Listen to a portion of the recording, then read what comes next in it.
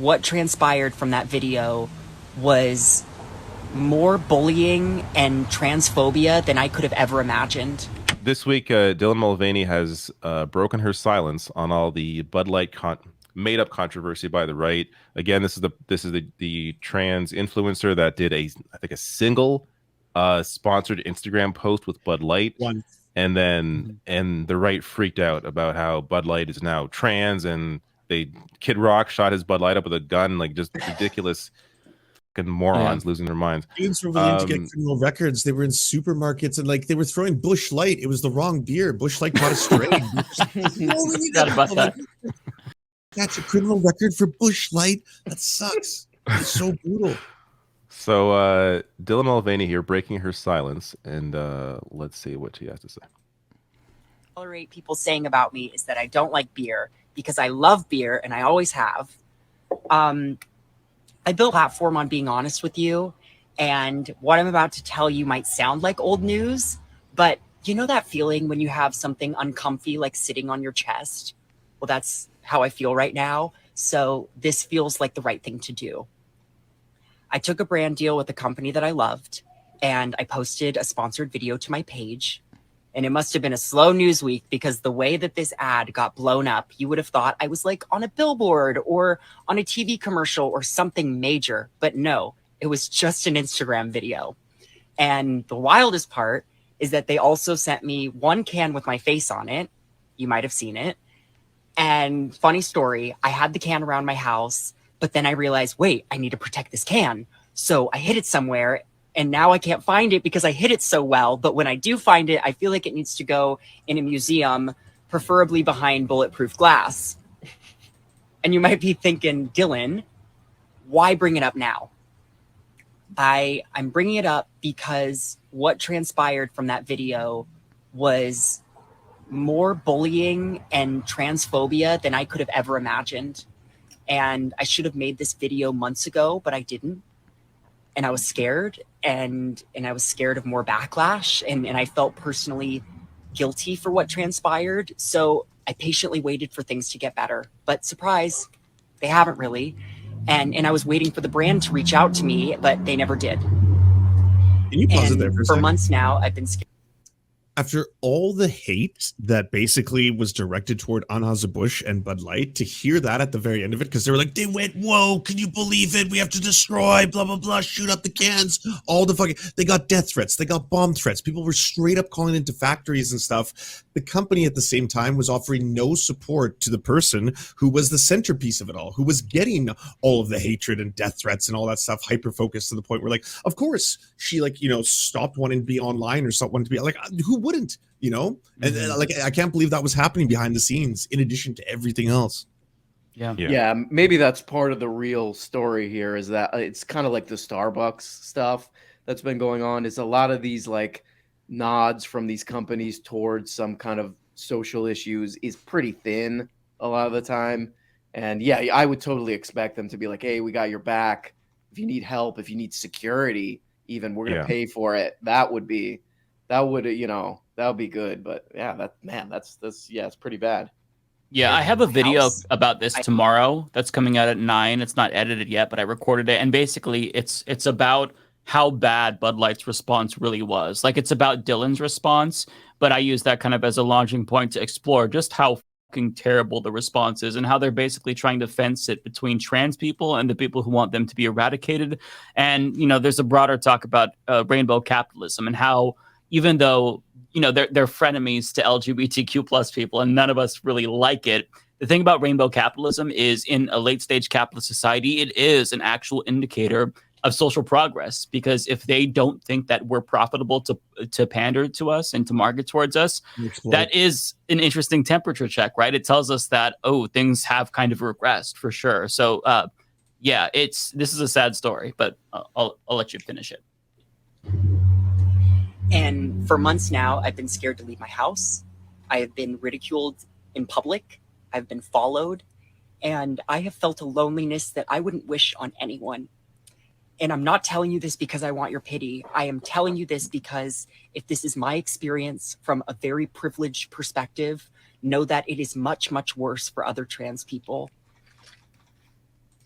it it helps to, I mean, if people couldn't already, it helps to humanize this individual who's at the center of this for simply doing a single sponsored post and having her life destroyed over it. And again, going to the point that you all made already about Bud Light not being there in any way, not publicly, not behind the scenes. Like I, you know, I knew these companies were all pieces of garbage, but I thought at the very least behind the scenes, doing something to try to support her here. But clearly they didn't, and that's yeah, disgusting. Was there not It shows like a you single how empty that human? support is? Yeah, like was there not a single human that just called her and was like, "Hey, are you doing okay?" Right.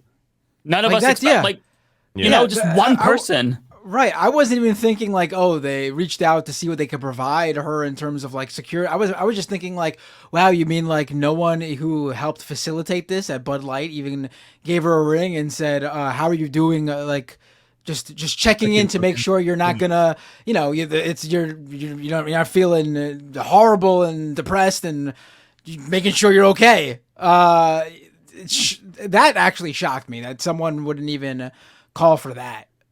Yeah, not even a fired person. I mean, you're fired. It's not gonna, you could call. Just you can send her a message on Instagram. Hey, I was fired too. This is bullshit. I'm here for you. I understand. Like it's just the callousness. It's not surprising, but it's just it really is grotesque when you see it. It goes down to what you were talking about, though. Like when you were talking about rainbow capitalism, this is that. Is it basically going to be a better return on investment in order to actually stand behind, say, things like the commodification of a civil rights movement, in this case, LGBTQ plus people? Or is it one of those situations where at the end of the day, it's not safe? It's not. We have to. Yeah. It's a calculated risk. What's the ROI on this versus is it too dangerous because of the atmosphere right now? And then it's that Toy Story meme. I don't want to play with you anymore. Right. And she does go on to say here, for a company to hire a trans person and then not publicly stand by them is worse, in my opinion, than not hiring a trans person at all. It has serious and grave consequences for the rest of our community. And Like they didn't have they Wild. like exactly like they chose to do this. Like they chose to reach out Yes. and to do this deal with her, and they wanted all of the positive results that would come from doing a deal with a trans individual. And then when that went negative for them by a certain subsection of their customer base, they wanted to deal with none of it. And so they let her pretty much take all the shit and crap and not even it would have been so easy for them to just stand up for her. Like, Even it an would have been email. so Yeah. easy. A Yeah. goddamn It's email. so- How are you? It would have been so easy for them to be like, if you have a problem, direct it towards us, not her. We hired her. But like, they didn't even do that. And this is a big company. They certainly do big events and do interviews on to talk about their quarterly revenues or whatever, I'm sure, with CNBC or some shit. If someone doesn't bring this up and ask them, what's the deal here? Because I want them on record here explaining what they did to this woman. I want this on the record. Absolutely. Yeah, Oh, yeah. from them, because this is bullshit.